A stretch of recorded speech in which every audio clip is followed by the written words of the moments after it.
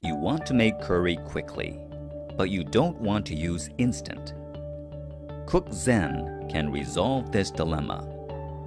With Cook Zen, stewing time can be shortened from 1 or 2 hours to just 7 to 10 minutes.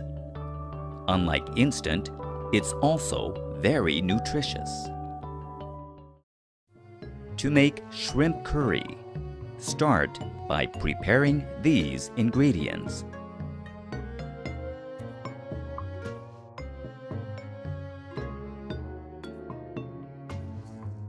Put all ingredients into Cook Zen and mix them well. Cover with the lid and heat in the microwave oven. After heating, mix again well. Spoon into serving dishes, and you're done.